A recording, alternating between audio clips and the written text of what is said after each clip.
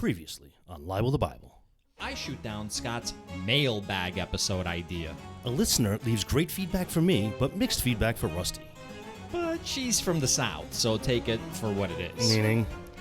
Meaning, how many Nobel laureates do you think spoke like this? wow, man. I don't even know how to recover from that.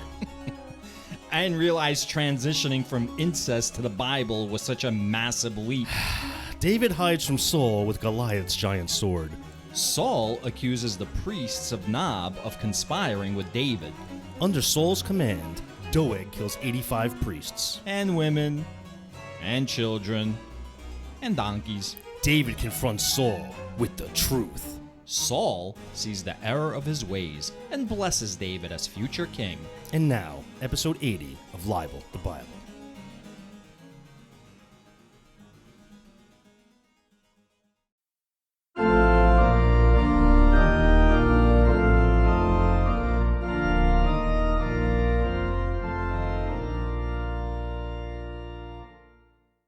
All right, it's rolling. We're on. Scott always starts off laughing. You gotta love it. Hello, everybody. I'm Rusty. Yeah, I start off laughing, then I end up not laughing by the end of it. I'll take the responsibility for that one. So you want to let everybody know what that annoying noise in the background is? Well, you want to introduce yourself? Oh, so we can get on with the show? I am Scott. Yeah, and this is Libel the Bible. We're coming to you from a wind tunnel at Boeing. Yeah, it's hot in here, man. So I bought one of these like portable air conditioners from Costco, the type you roll around and you vent out the door or up into the ceiling or whatever, or out a window.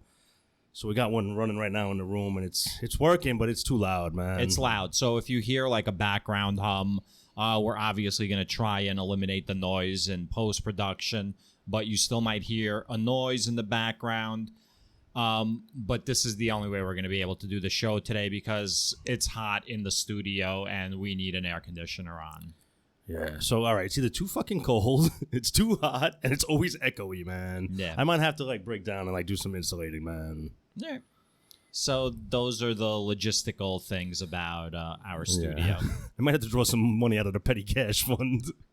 Well, it's nice to see that you're all motivated now that you've actually listened to our show and realized that it's picking up steam and it's pretty good. Yeah, it's not awful. It's a fun listen. Yeah, it was a fun listen. I mean, I'm prejudiced, of course, Yeah.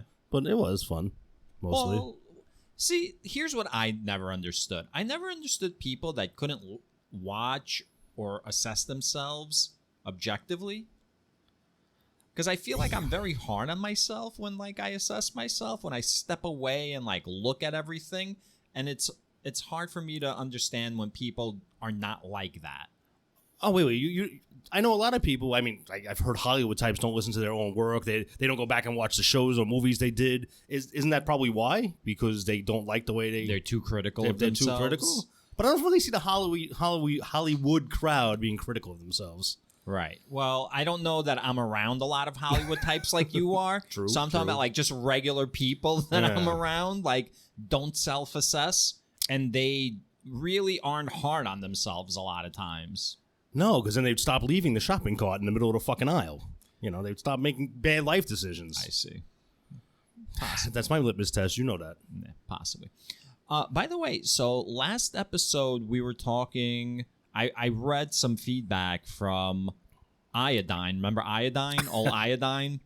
I do, because I listened to all the episodes. We had some questions for Iodine. Do you remember what those questions were in the feedback? Oh, Scott's going to pull something up. It looks like he's written it down.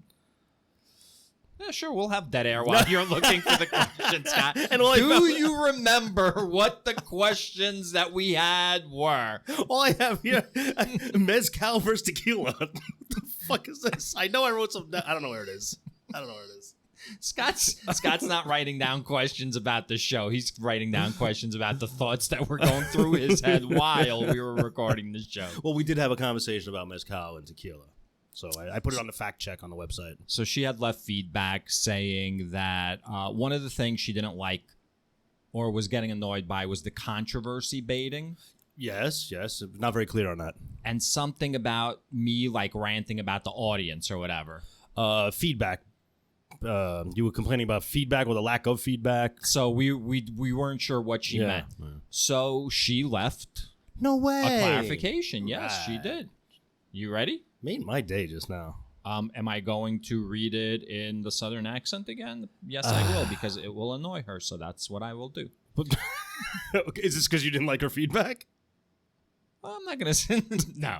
All right, listen. All right, Her feedback is fine. If you're gonna read her feedback, you can't stop after every sentence and ask me what I think of it. Why? Because when you did it the first time, when a guy gave you feedback you didn't really like, you were really charged up and disliking his feedback, but I was only being spoon fed it, so I couldn't feel the whole. I didn't know how it ended. But the problem is, I'll let you run it how you want, man. The problem is though, Scott, because it's so long, you're not gonna remember everything that was said.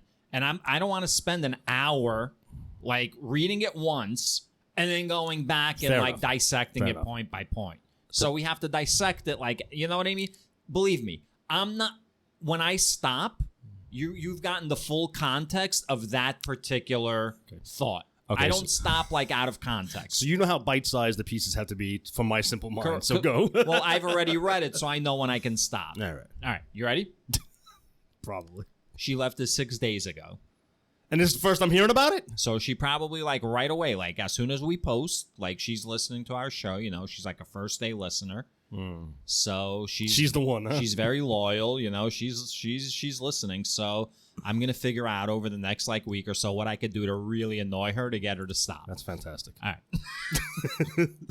Next time, I'll send you a recorded message. You should have been more Virginia and less Mississippi.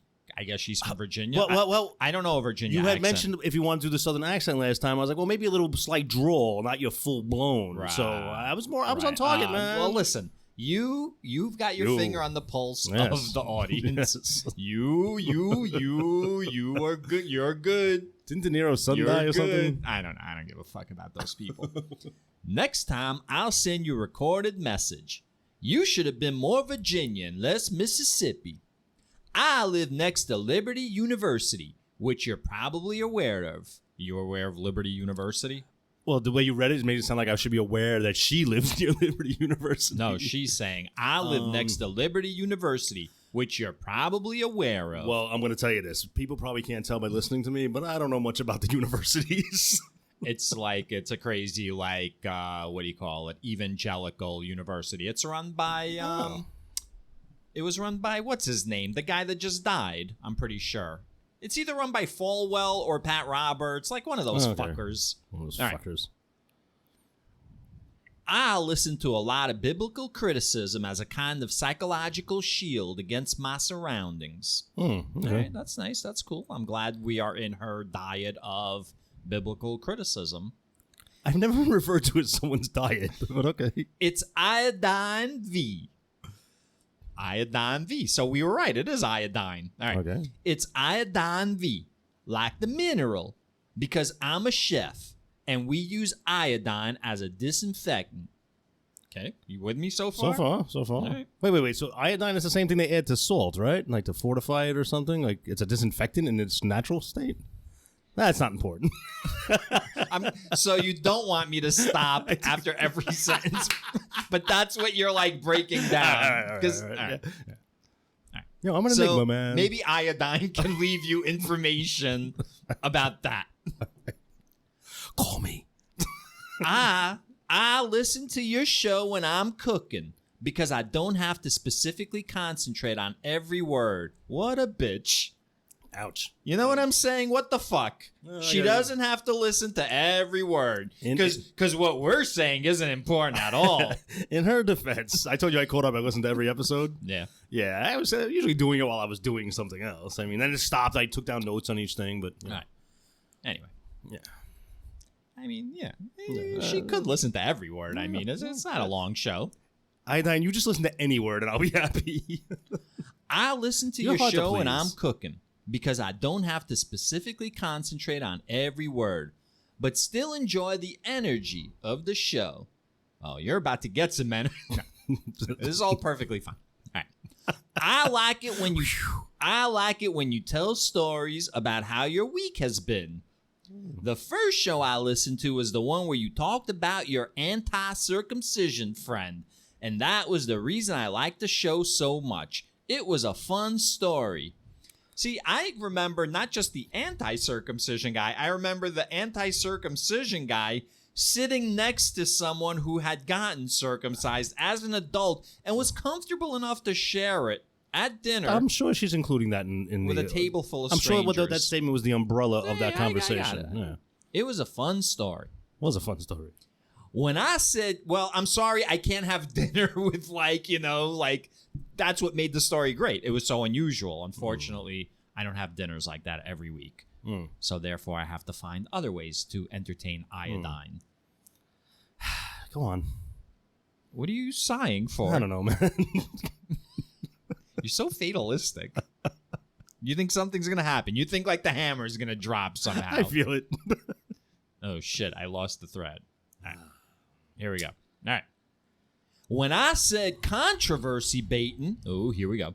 When I said controversy baiting, I was referencing how you've been comparing gay pride flags with Nazi symbolism because I think you understand the difference between self-expression and hate speech. Okay, right. I'm on board with her, man. I'm going to pause right now. I'm going to say this. All right.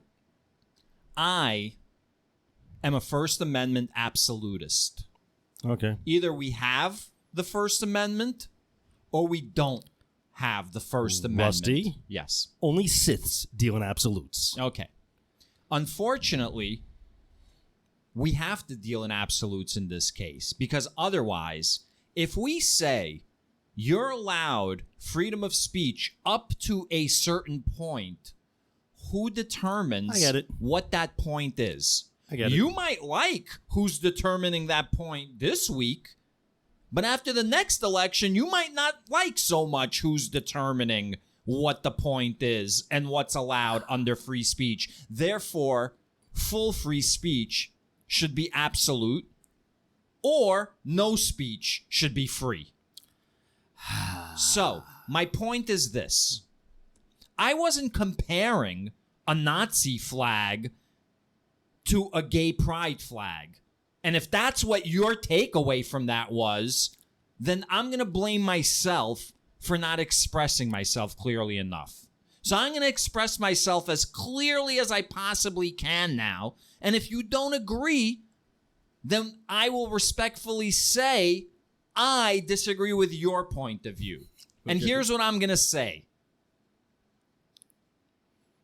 Either you're allowed to express yourself in a classroom of your political ideology or you're not. I support, in this country, people's right to carry around a Nazi flag because that is freedom of speech. Freedom of speech isn't what you're comfortable with. Freedom of speech is allowing other people to express themselves in a democracy and having faith enough that in the democracy, people will shut that down. And if they don't shut it down, then we are living in a country that deserves whatever it gets. I don't think anybody will disagree with you, but I think maybe we're mixing up how I'm going to shut down that Nazi shit. I'm not going to shut down a gay pride flag. We talked about it. I said it was like a false equivalency. You snickered at it. It's not really a false. Yes, you have the right to say what the fuck you want, and you have the right to get shut down for it. If a person has a right to have a trans flag in the classroom, then another person has the right to have a Nazi symbol in the classroom. That is my point. Because I am a free speech absolutist. What? And it's a slippery slope. If today the decision is a gay pride flag is about equality and freedom and doesn't represent anything nefarious, I completely agree with that. And the argument being that it's obvious that that should be allowed, whereas a Nazi symbol should not be allowed, because a Nazi symbol is a symbol of hate and death and murder. And by the way, I'm a Jew, so it's not like I'm flippantly talking about Nazi symbols. And not only am I a Jew, but I'm a Jew from Ukraine whose family lived in Kiev during the Nazi occupation. When I say family, I don't mean distant family. I mean my grandparents, who I knew, lived as Jews under Nazi occupation and had their friends slaughtered. Go look up Nazi occupation in Kiev, Ukraine, okay? So I'm not speaking lightly when I talk about the Nazi flag, all right? And I still maintain I'm not controversy baiting nothing. I'm giving you my opinion, and if you don't like it, then we can disagree. But to say that I'm controversy baiting, that is holy fucking, it's inorganic. And when I'm talking politics, I'm highly fucking genuine about my beliefs. And my belief is, if you want to make the decision that a pride flag is allowed in class, but a Nazi flag isn't, that's great. But then when you're gone, someone else is going to be in charge of making decisions. And who's going to be making decisions after you stop making those wise decisions? Maybe someone not so fucking wise. So my point is, maybe if the Nazi flag shouldn't be allowed, then maybe the pride flag shouldn't be allowed. I think we may have ended on that. Did we not? Like if you because I didn't see the gay pride flag as a political statement or an ideology. I just thought about it as someone's life. That's who they are. Sure. So I didn't really think of it until you pointed out that. So I think maybe from what she heard, it sounded like controversy baiting because she didn't know your whole viewpoint on it. Maybe now your viewpoint has been made very clear. I mean, I don't know what she was thinking because she didn't exactly. She just mentioned that's what she thought I was controversy baiting over. Like I know you're reflexively going to defend her and come up with rationale. My only point is, I think you have to be very careful when you're talking about speech. Dude, I'm in what you just expressed just now, I'm in total agreement with you, man. Right. Total agreement. So again, I'm not controversy baiting. I'm just saying you have to consider the parameters of what you're saying. And say if someone else was in charge, you know what I mean? Would that be a good idea? Dude, have our elected officials ever done the wrong thing? Never. Come on, man. All right. She goes on. She wrote that? No, I'm saying she goes on. So she says, I understand the difference between self-expression and hate speech. And of course there's a difference, but they're both under the category of speech. Expression and speech. So yes, I do understand the difference. Mm-hmm. Of course I understand the difference, but I will fight for someone's right to express themselves in any way possible. Right. And then I'll also fight the right for the right for someone to kick their ass for it. Okay. I mean, we have laws against violence. I know. I'm playing. She goes on. The last episode was the long feedback reaction section. That's the one where I went off on that person. Okay. Yeah. But Rusty was still complaining about the audience at the beginning of several prior episodes. It annoys me, but it's your show, of course, and I still really like the rest of the show. It would be really fun if, according to Iodine, became a shorthand on the show. What form would that take? According to Iodine? Yeah. I don't know. Maybe she would leave us comments. Maybe she could leave me comments about my performance every episode. And then I could say, according to Iodine. That would be great. Like a pop-up video. Like she would come up on the side like a cartoon caricature. According to Iodine. Who doesn't talk like that? So I don't know what a Virginia accent sounds like. Well, it doesn't sound like that, man. She was very clear on that. What kind of accent am I doing? Am I doing Mississippi accent? Mississippi Southern accent. That's what she said. Yeah. All right. Yeah. So, again, I don't fucking controversy bait when it comes to my political ideology. When I'm making crazy over the top jokes, obviously that is me challenging the audience, baiting the audience, trying to walk the line. But I'm talking politics or philosophy. That's my ideology. And you can disagree with that, and that's fine. But I'm not baiting anything. Listen, I'd have to go back and listen. Masturbating, maybe. I'd have to go back and listen to it again. But perhaps someone who doesn't know you for 80 episodes or 80 years like I do, don't know that you're not maybe she didn't know you were controversy baiting. You know what I mean? Possibly. But again, I have to listen to it again. I blame myself because I do too. I probably didn't express myself probably. And you probably didn't provide the correct prompts for me to be able to express myself properly. So it's like, I blame 80% on me and 20% on you. I will work on my handling skills better. So that's that. Yeah. But she does like when we talk about the week, Scott. Do you have anything interesting to talk about your week? See, that's ridiculous, man. Like, you set me up. No, I ain't got shit, man. What did I do this week? I don't know. You said you were state hopping. Oh, I had parties and I had to go to Jersey for a party, and then they had to. I was out in the Hamptons, just in different parts for a couple of days. Yeah. And Hamptons are gross. Yeah, the people are gross. Yeah, it's pretty hilarious out there. I was up in Vermont myself. If you ever want to feel poor, go hang out in the Hamptons. If you what? If you want to feel poor, just go hang out in the Hamptons. Yeah, no, the Hamptons are gross. The people that go to the Hamptons are gross. Like, it's just, I don't know. I don't like that scene. Yeah. I've never liked the Hampton scene. Yeah. Me either. Well, when I say Hamptons, I'm all the way out. I'm out in Montauk, so it's a little different. Not much anymore, but it's it's not like Southampton P. Diddy kind of Hamptons. So you listened to the show. You're all caught up. Yeah. Any thoughts? Like, I feel the last 10 episodes or so, to kind of parrot what you were saying, I definitely feel like there was definitely a change in the way the show sounded. Was I complaining about the audience? Did you get like a sense that I was like complaining in these last 10 episodes? No more than usual. Iodine seems to think like I was like, really? She's like hung up on me going after the audience. But you know what? You've complained about the audience a lot. It's kind of like one of the things you do. So it's kind of like maybe I don't hear it as much. Like to a unadjusted listener, it may be out there. It might be right. Like me, it's just you being you. Sure. I'm getting used to your suckiness where the new audience isn't. I got it.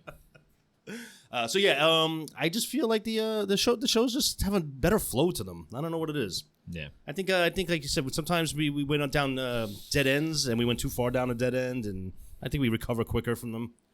But I like them. They make me laugh. Yeah, you're laughing at them. But I'm prejudiced. Well, I mean, listen, you can only create things for yourself and then hope that others like it, right? So, like when Pink Floyd is writing songs, they're the first one to hear them. They have to like what they're putting out, right? If they don't like it, they're not going to I will say this. I've liked the last 10 episodes more than I liked the first 10 episodes, that's for sure. Yeah. Or the 10 in the middle. But I did have something interesting. I was on yesterday or the day before, I think it was yesterday. I was walking along the beach in Rockaways, right? I was on the boardwalk, right? And there's the place that serves drinks and stuff, and they have these big barrels that you sit at, all right? Like big old Cooper-style barrels, right? So they were cleaning up. They were packing up, right? Like the ones that people used to go over the Niagara Falls in. Big-ass barrels, right? So this woman that was working there, she tips one over, and she starts rolling it, like to put it away. So I was like, hey, what do we got, Donkey Kong over here? Yeah. And you know how I swing and miss at jokes all the time. Sure. She responded. Yeah. She was like, you mean Lady Kong? And I kept walking. I was like, did she respond? Oh, my God, she responded. And I just kept walking. You didn't know what to do. You panicked. It was the first time ever someone, acknowledged your joke. And I was walking away. I was like, oh, man, I should have, jumped over the barrel and been like, doo-doo-doo-doo, doo-doo-doo-doo. Then I probably would have tripped and probably would have ruined it. But, yeah, so someone finally reacts in the manner I would like to react. Were you calling her Donkey Kong? You know what? It didn't sound right in retrospect. Oh, my God, did I insult her? Yeah. But at least she got the reference. Did she look like Donkey Kong? No, she didn't. Yeah. She looked more like the princess that you rescue at the top of the girders. Yeah. Then she did the Princess Peach. Was that her name? Was that Princess Peach in the Donkey Kong? I'm assuming. Maybe. It was always Princess Peach, right? Maybe. You know what would be cool though? No.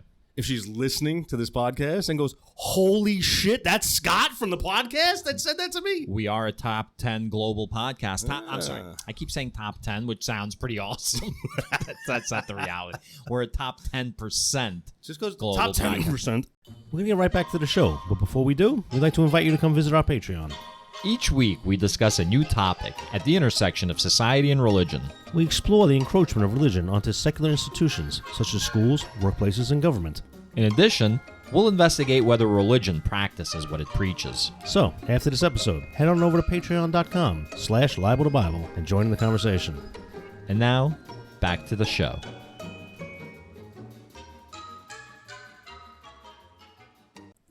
So a top 10% globally. That's sounds pretty impressive on the one hand, right?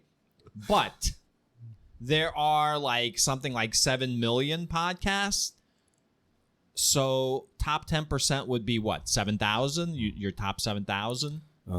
Million, Yeah. 100,000. So like, so we could 70,000. 70,000? Yeah. Yeah, so we could be like number 69,000. Oh, nice. Right. So on the one hand, top 10% sounds impressive. On the other hand, it's not that impressive. But, we're trying. That's Iodine. This is why I have to lay into our listeners sometimes. Sometimes, like, they need to be stirred up and roused, and a call to action needs to occur. And unfortunately, Iodine, you see, I was raised by a Soviet water polo coach. So I'm not like the warm and cuddly type when it comes to motivating people. I employ the Soviet method of motivation, fear, anger, resentment. That's what I think will push someone's buttons. So, Iodine, my apologies if you felt I was overly annoying and asking too much and too often of the audience. So, my apologies. You know what? Why don't you leave a comment after... Scott's cracking up. I'm a dick. Listen, I'm a dick. What do you want me to tell you? I'm a dick. How funny would it have been? Let me tell you something, Scott. Remember we used to go to Pip's Comedy Club in Sheepshead Bay? Oh, shoot, yeah. All right, yeah. so for those that don't know, Pip's Comedy Club, it used to be a very famous, prestigious comedy club in Brooklyn. A lot of comedians got their start there. Andrew Dice Clay. It was pretty small. It was a small place. Andrew Dice Clay, Andy Kaufman, who was Latka on Taxi. Tons of comedians got their start there. We used to go there all the time. You don't sit in the front row and expect not to get called on by the comedian. And we insist on getting there to get to the front row. Right? Yeah. So when you interact with this show, as Iodine did, you got to expect a little like ribbing back. A little, like I'm little poking back. All right. A little pokey at Iodine. How hilarious would it have been when she said Lady Kong if I turned around like a huge hammer and just smashed the barrel on her? How fucking funny would that have been? I mean, it would have been funny in the moment, but then like... I don't know. What the fuck? Who's paying for this barrel? I don't know how to do a show like with you in prison. Like, we need to figure that out. Oh, speaking of prison, you heard who got stabbed today? No. Larry Nasser. You That don't know who sounds Larry familiar. Nasser is? Gymnastics guy or He's something? the scumbag doctor that fucking sexually like assaulted and molested like those gymnast girls for years, like sucks to hundreds him. of them. Did he get killed? So no, he's like in stable condition, but I can only imagine the fucking hell that his life must be in prison, considering like the prison code. You know what I mean? And like sexual assaulters like really getting like fucked up. Yeah, I hope so. So that's his life now. Allegedly he did this stuff, right? No, he was found guilty. I mean, Oh, wait, he's convicted. He's in jail. Yeah, Okay, he's yeah, in jail. yeah. Prison. Yeah, I don't feel bad. Fuck him. Who else died? Who else got stabbed? Goliath got stabbed. He did get stabbed, Scott. That's very good. That's a good transition. Oh, so before we go on, Yeah. I was at a neighborhood party. A and bunch of- cotillion? What? I was at a cotillion. I don't know what that I was means. at a coming out. That was a cotillion. A cotillion is when you introduce. I don't know. It's like a dance in the South. Is it? It's called the cotillion. Yeah. Sounds nice. Okay. You dress up, you party. Right. Only burners like you get high. And I was talking to a couple people that were Irish Catholic with a lot of alcohol in them. And the only reason I knew they were Irish Catholic is because they insisted on telling me when the podcast came up. And I kind of just hit him with, David and Goliath? David, the tough guy who beat up Goliath? He's gay, right? And the guy was like, you and your shit. I'm like, my shit? Here's, go get the book. I'll show you. I'll point it out to you. Yeah. And then he goes, nah, man, actually. And he looked around. I heard that. I was like, all right. So the word's out on the street, man. David was gay. Isn't it weird how, like, at first he was like, denying what you were saying, even though he's heard it? Yeah. Well, Like- it depends which news network you heard it on. People just live a lie, man. Yeah. People live a lie. Yeah. Speaking of lies, You want to get to the Bible? Yeah, that's a better segue than my Goliath and sword and thing. So we are on 1 Samuel 25. Samuel has basically just... oh, no, not Samuel. Saul has just basically, like, apologized to David, seen the error of his ways, and said, like, you are worthy of being king. I hope he meant it at least. Because I'm sorry, Saul is probably one of the biggest dicks in the book so far. He's a little mercurial, but again, it's not his fault. It's Yahweh. I blame Yahweh. I know you blame Saul. He's got agency, blah, blah, blah. I blame humans but for their own when behavior. Yahweh has crawled up into your ass and is puppet master controlling you. A real man, is someone who takes responsibility for their actions. All right. In your world. So, 1 Samuel 25, death of Samuel. Now Samuel died, and all Israel assembled and mourned for him. They buried him at his home in Ramah. Then David got up and went down to the wilderness of Paran. Wow, what an exciting start. Yeah, all right, so what do you feel about Samuel's death, man? How do you feel about this? I mean, it was kind of anticlimactic. First of all, I don't even know why Samuel had anything to do with any of this and why an entire book is named after I don't him. even remember. 2 books? Yeah. Wait, he's dead in 1 Samuel? What the fuck is the second Samuel going to be about? Maybe it's like a prequel. Maybe it's like Godfather 2, where like it goes back and shows like his backstory. Wait, so Rusty comes over today with a gift bag and says to me, "Yeah, I got you something."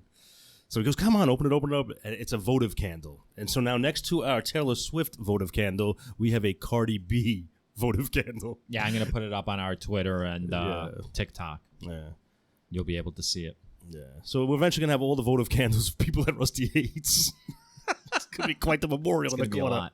Yeah, that's why it's so does hot in here. Iodine have a votive candle? Wow. We are not putting that on the hate page Come yet. on. David and she Abigail. knows I love her. David and Abigail. 1 Samuel 2. 25, verse 2. There was a man in Mahon whose property was in Carmel. The man was very rich. Carmel, New York, where like all the Albanians moved? That's a nice area. What? It's not really rich, but it's a nice area up there. I don't know. Remember, like, when we were up in Carmel, they were like, you got to be careful. The Albanians are moving in here. Yeah, that was probably like 20, 30 years ago, Yeah. right? Yeah. The man was very rich. He had 3,000 sheep and 1,000 goats. He was shearing his sheep in Carmel. Now the name of the man was Nabal, and the name of his wife was Abigail. The woman was clever and beautiful, but the man was surly and mean. He was a Calebite. That explains it. Those Calebites. David heard in the wilderness that Nabal was shearing his sheep. This word gets out about shit like that. Yo, this dude shearing his own sheep. Yo, it's out of season, man. So David sent 10 young men, and David said to the young men, "Go up to Carmel and go to Nabal and greet him in my name. Thus you shall salute him. Peace be to you, and peace be to your house, and peace be to all that you have. I hear that you have shearers. Now your shepherds have been with us, and we did them no harm, and they missed nothing all the time they were in Carmel. Ask your young men, and they will tell you. Therefore, let my young men find favor in your sight, for we have come on a feast day. Please give whatever you have at hand to your servants and to your son David." I'm sorry. What the? He's going up to beg for shit? I don't understand this narrative at all. All right, so there's a guy, and he's a piece of shit, but his wife is kind of okay, and he's shearing his sheep, and David heard about him shearing his sheep, so he's sending someone there to sweet talk this guy to do what? Give him some food. Give him whatever you have to your servants and to your son David. Why? What is the context for all of this? Is David star? I don't understand what is happening. I don't either. Maybe, listen. When David's young men came, they said all this to Nabal in the name of David. And then they waited, because he was probably like, "And the fuck out of here. Who the fuck's David?" But Nabal answered David's servants, "Oh shit, who is David? Who is the son of Jesse? There are many servants today who are breaking away from their masters." This guy sounds like you. Shall Like everyone in the land knows who David is, but he shows up and you're like, who? What? I'm already a fan. "Shall I take my bread and my water and the meat that I have butchered for my shearers and give it to men who come from I do not know where?" So David's young men turned away and came back and told him all this. David said to his men, "Every man strap on his sword." and every one of them strapped on his sword. David also strapped on his sword, and about 400 men went up after David, while 200 remained with the baggage. So, the baggage. They're at the airport terminal? Where the fuck are they? are they moving? Like, are they like Bedouins just like moving through the land? And why would the term baggage be used in the Bible? Like, wouldn't there be like a different term? Do you think they're referring to women? The women are the baggage? Yeah, I mean, listen, I'm not saying they are or they aren't, but I'm just asking questions. In all likelihood, they're probably referring to their emotional problems because they've got a lot of fucking... Oh, shit. You guys here? You guys work it out? Talk it out amongst yourselves? But one of the young men told Abigail, Nabal's wife, David sent messengers out of the wilderness to salute our master, and he shouted insults at them. Yet the men were very good to us, and we suffered no harm. And we never missed anything when we were in the fields as long as we were with them. They were a wall to us both by night and by day, all the while we were there with them keeping the sheep. Now, therefore, know this and consider what you should do, for evil has been decided against our master and against all his house. He is so ill-natured that no one can speak to him. Okay. That's not a crime, by the way. Being an asshole? Listen, I got to stick up for this guy. Yeah, you do. All right? Yeah. Because being surly and ill-natured and whatever else, however else he's described by everyone else, you know, maybe he's just that much smarter than everyone else. Oh, right. Maybe he just sees things for how they are. You ever think of that? The prosecution would like to call Iodine as a character witness, please. So it looks like, okay, so all the shit that was going on, the rich guy stayed up there. These young men maybe kind of protected like that property or whatever during the wars or something. So I don't know, like insults at them, like basically they say, "Yo, David sent us," and he was like, "Who the fuck is David? How is that an insult? I don't know who the fuck he is." Because David killed Goliath. David is like super famous. Like everyone knows who David is. Yo, I don't know what the version of disconnected back then would be. Like maybe they just don't put on the TV. I don't know. Right. They don't know what the fuck's going on. He's a rich guy. Fucking wars don't touch rich people. They're like living in the Tennessee Valley before the Tennessee Valley Authority was all set up. Perfect example. Yeah. Iodine knows what I'm talking about. I mean, before you got cable and television and newspaper, you had to send horse and buggy into town to find out the news. So basically, these dudes came and said, "Yo, Abigail, your husband's a jerk. These guys came in peace, acted respectfully, and your husband's a jerk." Right. Okay. Then Abigail hurried and took 200 loaves, 2 skins of wine, 5 sheep ready dressed. What, like in the bow and... I don't know. 5 men. He had a little good top hat. 5 measures of parched grain. One, remember that? Oh, yum, some parched grain. 100 clusters of raisins and 200 cakes of figs. She loaded them on donkeys and said to her young men, "Go on ahead of me. I am coming after you." Oh. But she did not tell her husband Nabal. As she rode on the donkey and came down under cover of the mountain, David and his men came down toward her, and she met them. Now David had said, "Surely it was in vain that I protected all that this fellow has in the wilderness, so that nothing was missed of all that belonged to him. But he has returned me evil for good. God do so to David, and more also, if by morning I leave so much as one male of all who belong to him." I'm sorry. All right, so they did protect this guy during all the strife. So he's saying, how dare this guy not give me what I asked for after I protected him? Is that like his position? Yeah. You know what? I just watched the beginning of Rocky 3.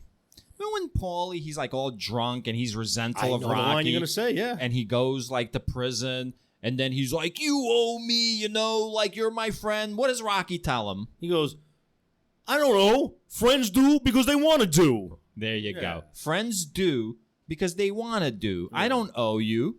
Why does David did all this, right? No one asked him to do any of this. David, by the way, was at his father's house. Remember when the Philistines were standing off against the Israelites and he showed up? And he was like, "You're going to let this uncircumcised scumbag like insult us like this?" Because remember, like Goliath was coming out like every night, like challenging them. No one called for David to do any of this. But now he's expecting all this in return. Friends do because they wanna do, And not because like they're owed. Yeah. And what's crazy is, so Nabal's being a dick, and David said, "I'm gonna go kill every man who belongs to him." Yeah, What that's the weird. fuck? I thought David was cool. It takes a turn. He's self-loathing, man. He's still upset about what he did with Jonathan. I honestly think that once you're around like Yahweh for any period of time, like you become corrupted. Like you start off like young and fresh and bright-eyed, and you just become, It's like the last person you want to be president of the United States is someone who's made it to the point where they become Yes, president of the United exactly. States. Sure, man. You want to pick us up at verse 23? I'll read verse 23, 1 Samuel 25, verse 23. When Abigail saw David, she hurried and dismounted from the donkey and fell before David on her face, bowing to the ground. She fell at his feet and said, "Upon me alone, my lord, be the guilt. Please let your servant speak in your ears and hear the words of your servant. My lord, do not take seriously this ill-natured fellow, Nabal, for as his name is, so is he." Nabal is his name. Let's see what Nabal is. There's a footnote, so before I go on, it's fool. So he was named Fool, and he acts a fool. That's a weird name to give to your child, Nabal, if it means fool. Yeah, you're kind of like setting his destiny, right? Like, I can understand if it's a nickname, right? But, or was Fool just a name that became Fool after Nabal? And he's such a fool, it happened during his lifetime. Like, he was still alive. Normally it takes a while for that to catch on. Right. Like, you didn't call it for you weren't dumb because you were, like, the Philistines were probably long gone before we started calling people Philistines that were dumb. You know what I mean? I get it. I get it. I know what I'm thinking. All right. My brain's working at a different speed. So Nabal is his name, and folly is with him. But I, your servant, did not see the young men of my Lord whom you sent. Oh, because if she saw them, it would have been different? Listen, she's saying my husband's a fucking dumb fuck, and, don't blame him and kill everyone because he's so bad. Yeah. Now then, my Lord, as the Lord lives, and as you yourself live, since the Lord has restrained you from blood guilt and from taking vengeance with your own hand, now let your enemies and those who seek to do evil to my Lord be like Nabal. And now let this present that your servant has brought to my Lord be given to the young men who follow my Lord. Please forgive the trespass of your servant, for the Lord will certainly make my Lord a sure house, because my Lord is fighting the battles of the Lord, and evil shall not be found in you so long as you live. I'm going to stop for a second because this is a lot of smoke being blown up this guy's ass. Yeah, well, she's probably thinking it's necessary. I mean, there's 400 dudes with swords. Like, you gotta talk fast and talk a lot. I hear you. You gotta filibuster this situation. She's saying a lot of shit. This is like one of my monologues from like episode like 15 or something. You know what I mean? Like she got to cut this down a little bit. Be more concise. Oh, your rant against Iodine. If anyone should rise up to pursue you and to seek your life, the life of my Lord shall be bound in the bundle of the living under the care of the Lord your God. But the lives of your enemies he shall sling out as from the hollow of a sling. When the Lord has done to my Lord according to all the good that he has spoken concerning you, and has appointed you prince over Israel, my Lord shall have no cause of grief or pangs of conscience for having shed blood without cause, or for having saved himself. And when the Lord has dealt with my Lord, then remember your servant. All right, I like the fact that she mentioned, but the lives of your enemies he shall sling out as from the hollow of a sling. Because she knows he's dope with the sling, right? That's how he killed Goliath. Right. So he's hitting his wheelhouse. Right, she's hitting the right buttons. Yeah. My question is this. Once again, we have someone who doesn't seem to have any authority telling him, like, if you spare us, then the Lord will look kindly down. Whose authority is she speaking under? Yeah, David should be like, excuse me, I'm the king because Yahweh put me here. Yeah. All right? Like, I got the connection to him. Yeah. Like, you don't even know this guy's number. What are you talking about? Tell We'll go me. over at the votive candles. Yeah. That one lit itself up. It did light itself up. It's It's not a votive an candle, electric though. one between the votive candles. So, yeah, we have 3 electric candles that are on either side and in between our 2 votive candles, and the one in the middle has lighted up. The shit be lit up now. Maybe Iodine can tell me what the correct way of saying it is. Do you think that's representative? Like Cardi B and Taylor Swift are about to have a beef? Like there's some flame between them? That's creeping at that shit. Why would that light up on its own? That's a bad way of looking at it. Maybe they're about to like collaborate. Maybe that's Yahweh fucking. That could be like an interstellar. Someone is I didn't say it. reaching out to us from the future and trying to use Morse code to tell us not to go into space. Oh, that's a good idea, using Morse code with us, because we'll figure it right the fuck out. All right, pick it up, Scott. Verse 32. David said to Abigail, "Blessed be the Lord, the God of Israel, who sent you to meet me today. Blessed be your good sense, and blessed be you, who kept me today from blood guilt and from avenging myself by my own hand. For as surely as the Lord, the God of Israel lives, who has restrained me from hurting you, unless you had hurried and come to meet me, truly by morning, there would not have been left to Nabal so much as one male." Then David received from her hand what she had brought him. He said to her, "Go up to your house in peace." See? "I have heeded your voice, and I have granted your petition." All right. David acted the fool for a second. He acted the Nabal for a second, and he was able to be talked off the ledge, so he's got some reasonability to She's him. hot, man. He's trying to impress her, probably. Oh, yeah. That sucks. I hope that's not the case. They did mention that, right? That Like, she probably came up to him with, like, her heaving bosom. Her heaving bosom. That's great. Abigail came to Nabal. He was holding a feast in his house, like the feast of a king. Nabal's heart was merry within him, for he was very drunk. So she told him nothing at all until the morning light. In the morning, when the wine had gone out of Nabal, his wife told him these things, and his heart died within him. He became like a stone. About 10 days later, the Lord struck Nabal, and he died. So maybe Nabal knew he was going to die. Maybe he was in a lot of pain. That's why he was so grumpy and shit. Right. Like, he was miserable. Like, he was not healthy. He was given, like, a diagnosis, like, a year earlier that he only had, like, a year left to live. And then these guys like, "Yo, you owe us this bread. Give us some bread." Bro, I don't man, owe you shit. My told you, life's fucked up. I told you, there's a deeper story about why Nabal is, quote-unquote, so surly. Yeah. See? Yeah.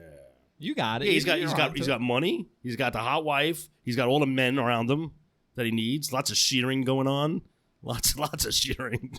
Apparently the shearing's the talk of the land. Yeah. One of the shearers was named Ed Shearing. Ed Shearer. I don't know. When David heard that Nabal was dead, he said, "Blessed be the Lord, who has judged the case of Nabal's insult to me and has kept back his servant from evil. The Lord has returned the evil doing of Nabal upon his own head." Then David sent word to Abigail to make her his wife. There you go. Yeah, you were right. Yeah. Her heaving bosom, man. Yo, heaving bosoms do it every time. Yeah. You can't throw like a heaving bosom in a man's face and like, not expect a response. We're weak, pathetic creatures. When David's servants came to Abigail at Carmel, they said to her, "David has sent us to you to take you to him as his wife." She rose and bowed down with her face to the ground and said, "Your servant is a slave to wash the feet of the servants of my Lord." Abigail got up hurriedly and rode away on a donkey. Her 5 maids attended her.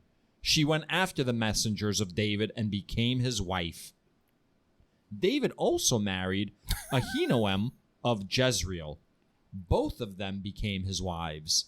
Saul had given his daughter Michal, David's wife, to Palti, son of Laish, who was from Galim.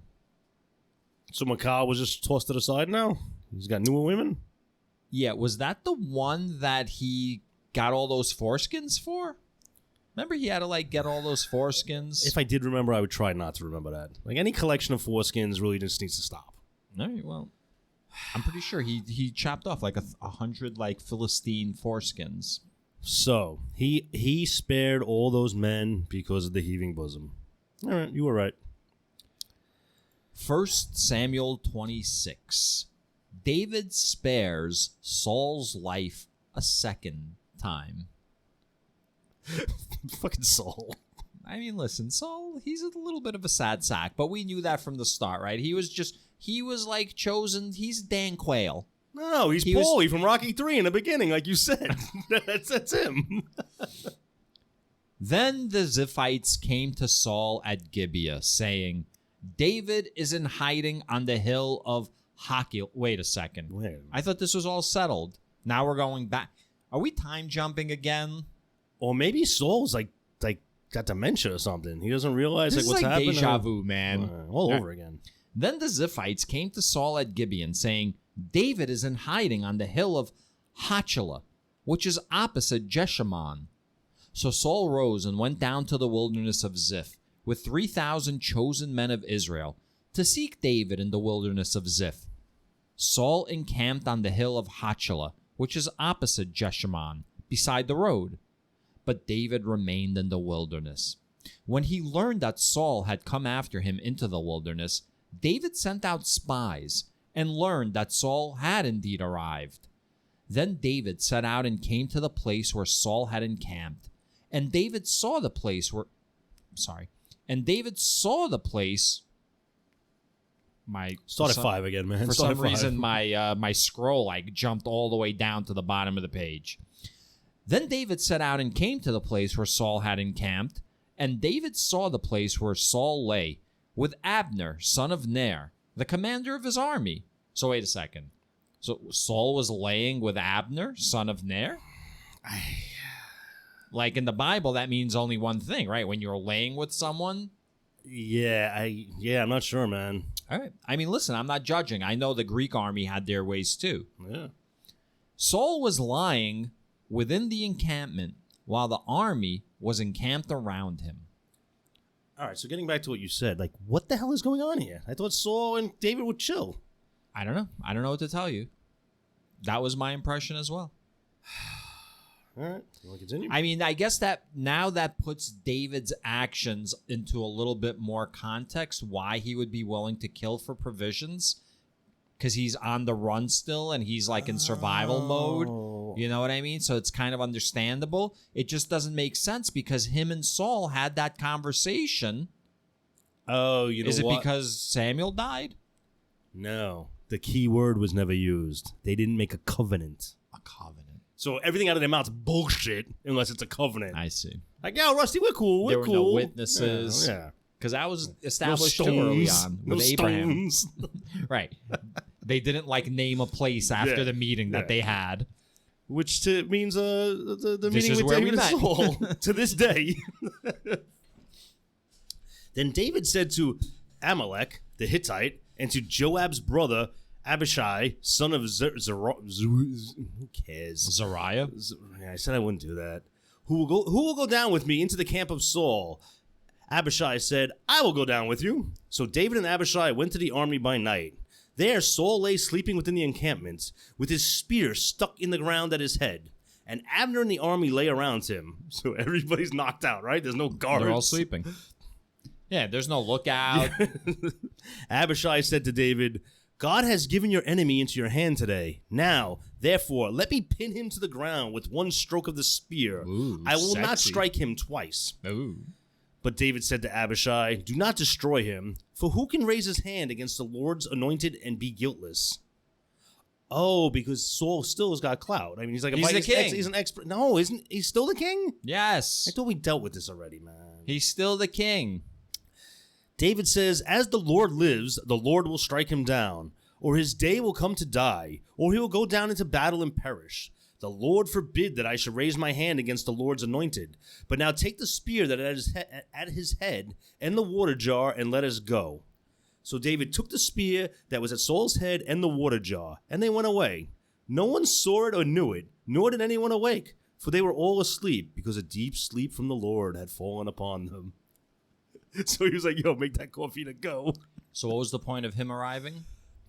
I guess just he's going to now show, look, dude, I got your spear and your fucking water jug. I could have killed you. Again, I didn't. I see. Like, it seems like weird, like, you get all the way down there. Abishai thinks you're about to go murder this guy in his sleep, and then you're like, no, that's not what we came for. You couldn't have discussed the plan on the way there. You know what I'm saying, man. I do know what you're saying. You're absolutely correct. Yeah. These people act erratically and irrationally. Then David went over to the other side and stood on top of a hill far Much away. like our listeners.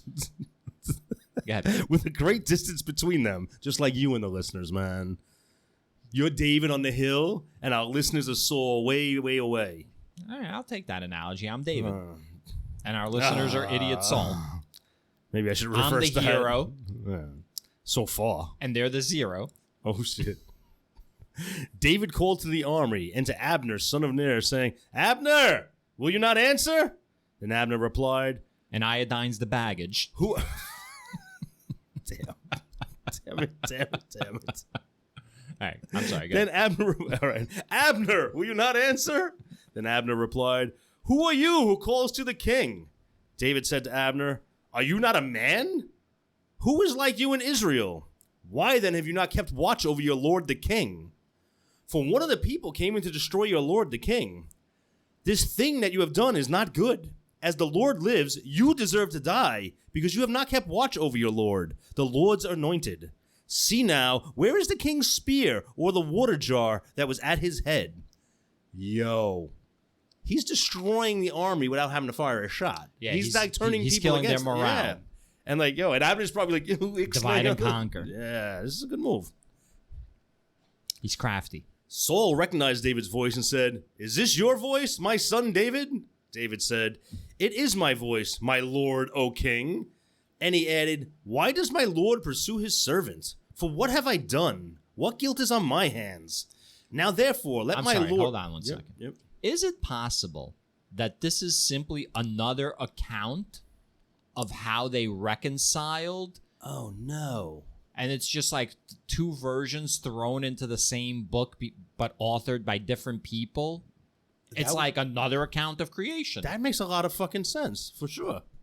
Yeah, because who would believe this happened twice? But why wouldn't they just title it another account of the reconciliation? Maybe they hired two dudes to do like Samuel, and that's why there's first and second Samuel. And like they didn't want to tell like, oh shit, Rusty, I'm sorry, I already told Scott to do it. So they just let both people write stories and they combined them together. They just felt bad afterwards. Yeah, they felt like, fuck it, we'll put them both in. Yeah. All right, come on, they're both all right. Come on, yeah. Now, therefore, let my lord, the king. Thank you. Now, therefore, let my lord, the king, hear the words of his servant. If it is the Lord who has stirred you up against me, may he accept an offering. But if it is mortals, may they be cursed before the Lord. For they have driven me out today from my share in the heritage of the Lord, saying, Go, serve other gods. Now therefore, do not let my blood fall to the ground, away from the presence of the Lord. For the king of Israel has come out to seek a single flea, like one who hunts a partridge in the mountains. Then Saul said, I have done wrong. Come back, my son David, for I will never harm you again, because my life was precious in your sight today. I have been a fool and have made a great mistake. David replied, Here is the spear, O king. Let one of the young men come over and get it. The Lord rewards everyone for his righteousness and his faithfulness, for the Lord gave you into my hand today, but I would not raise my hand against the Lord's anointed. As your life was precious today in my sight, so may my life be precious in the sight of the Lord, and may he rescue me from all the tribulation. Then Saul said to David, Blessed be you, my son David. You will do many things and will succeed in them. So David went his way, and Saul returned to his place. I'm thinking this is just another account of how they reconciled. Good call. So you think the guy was like, David took the dude's spear and he was sleeping in a field when he did it. And he's like, nah, dude, he cut his cloak when they were in a cave together. Nah, man, it was a spear. Nah, they probably fought wars over this story. Right. So they were about to go to war, so they were like, fuck it. We'll include both stories in, let the people decide. Yo, and you have to feel like a dick Like, if this happened twice, like somebody snuck up on you, took some of your shit and ran off. And you know what? If David was smart, he would leave the spear with Saul. Because we know he can't chuck that thing. All right. He keeps missing. It's almost like, here, use the spear on me. You want to kill me? Good. Yeah. What's up, man? We doing another chapter here? Yeah, let's finish it off with Samuel. 1 Samuel 27. David serves King Achish of Gath. It's all you. I see a lot of names in there, man. Go ahead. Scott bails on the names. All right. 1 Samuel 27. David said in his heart, I shall certainly perish one day by the hand of Saul. There is nothing better for me than to escape to the land of the Philistines. Then Saul will despair of seeking me any longer within the borders of Israel, and I shall escape out of his hand. So David set out and went over, he and the 600 men who were with him, to King Achish, son of Maach of Gath. David stayed with Achish at Gath, he and his troops, every man with his household, and David with his 2 wives, Ahinoam of Jezreel and Abigail of Carmel, Nabal's widow. When Saul was told that David had fled to Gath, he no longer sought for him. Well, yeah, didn't they just make that, like, agreement? Yeah. Again? Again. Or not. Then David said to Achish, if I have found favor in your sight, that's pretty presumptuous. Let a place be given me in one of the country towns, so that I may live there. For why should your servant live in the royal city with you? So that day Achish gave him Ziklag. Therefore, Ziklag has belonged to the kings of Judah to this day. The length of time that David lived in the country of the Philistines was 1 year and 4 months. What do you think happened after that?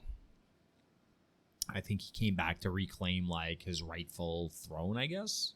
No, Saul probably came and chased him again, forgetting that they were cool.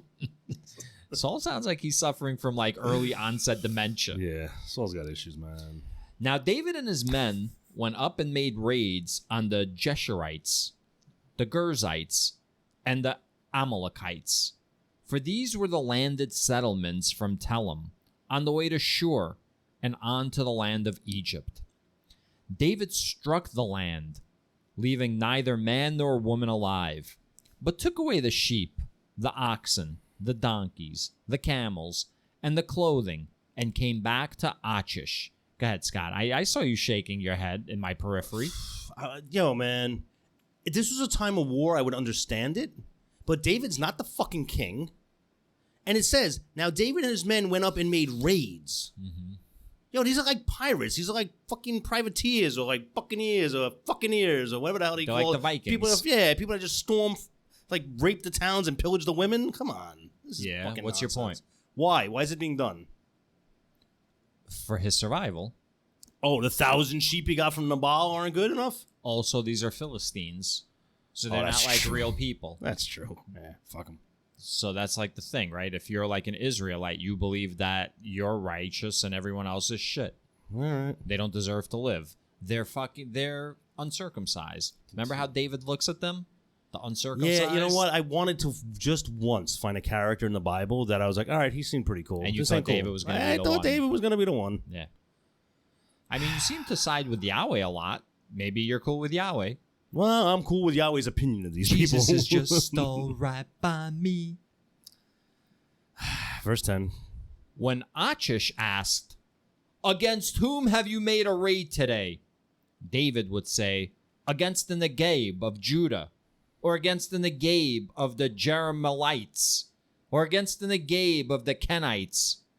David left neither man nor woman alive to be brought back to Gath, thinking, they might tell about us and say, David has done so-and-so. So he's not leaving any witnesses. That's understandable.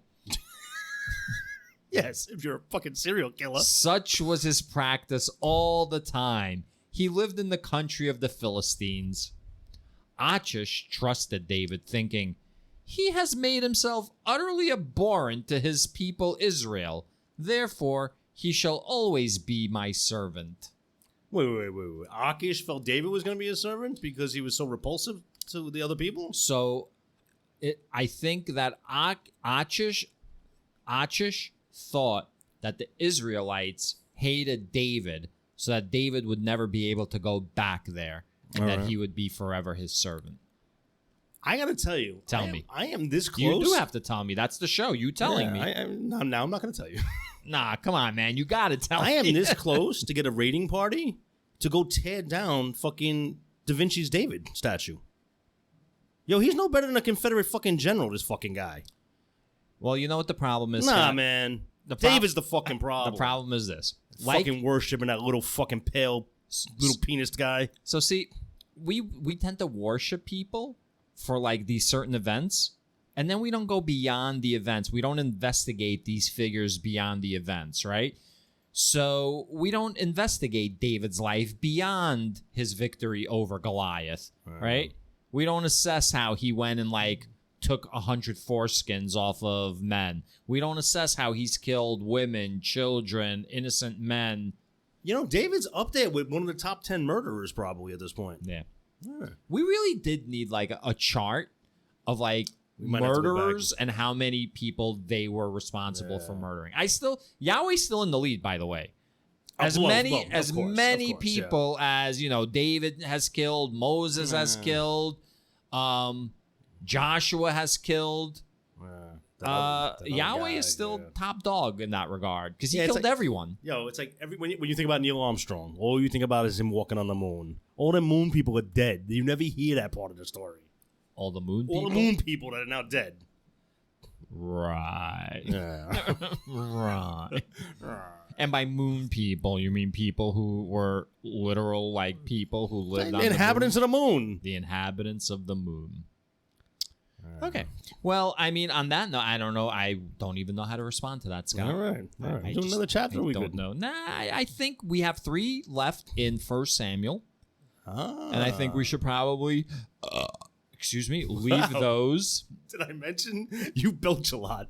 I've listened to all the episodes I've listened to. You belch at least one good belch in every episode, man. No, I belch a lot more. I think we talked about that because I do so much like talking and reading that like I'm sucking in a lot of air. I'm full of hot air. You certainly and so I got to belch it out. Well, maybe Iodine can like, you know, leave a comment about my belching. I hope she does, man. I hope she continues to leave comments, and I would love like when we do pop-up videos that are Iodine says. I mean, at the very least, I guess like, you know, if she hates me, I guess Scott's entertaining, right? I guess Scott can continue to entertain her. You're starting to show a side of yourself you shouldn't show, man. What's the side? Yeah, just a little petty jealousy. Yeah, you think so? Butt hurtness. You think I haven't shown my petty side up to now? You think like this is the introduction of my pettiness? Yeah. I know you keep with the feedback, and Rusty likes it too, man. All right. In all seriousness, Iodine, we do appreciate your feedback. Thank you for contributing to the show. Thank you for listening to the show. Thank you for being a good sport. Hopefully you're a good sport.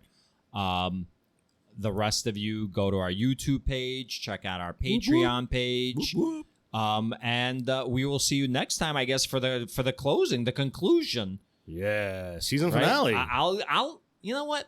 I will even read off the 3 chapter titles for them. Oh, that's the coming attraction? Yes. The coming attraction is this. In the next episode, the Philistines reject David. David avenges the destruction of Ziklag and the death of Saul and his sons. That's all. That's coming up next week. You do not want to miss that. No, good stuff. Am I right, Scott? You don't. And they don't want to miss it. And I'll tell you this. The Patreon content doesn't have the background hum with the air conditioner, man. Oh, that's right. So, again, we've got an air conditioner running. We're going to do our best to remove it in our post-processing.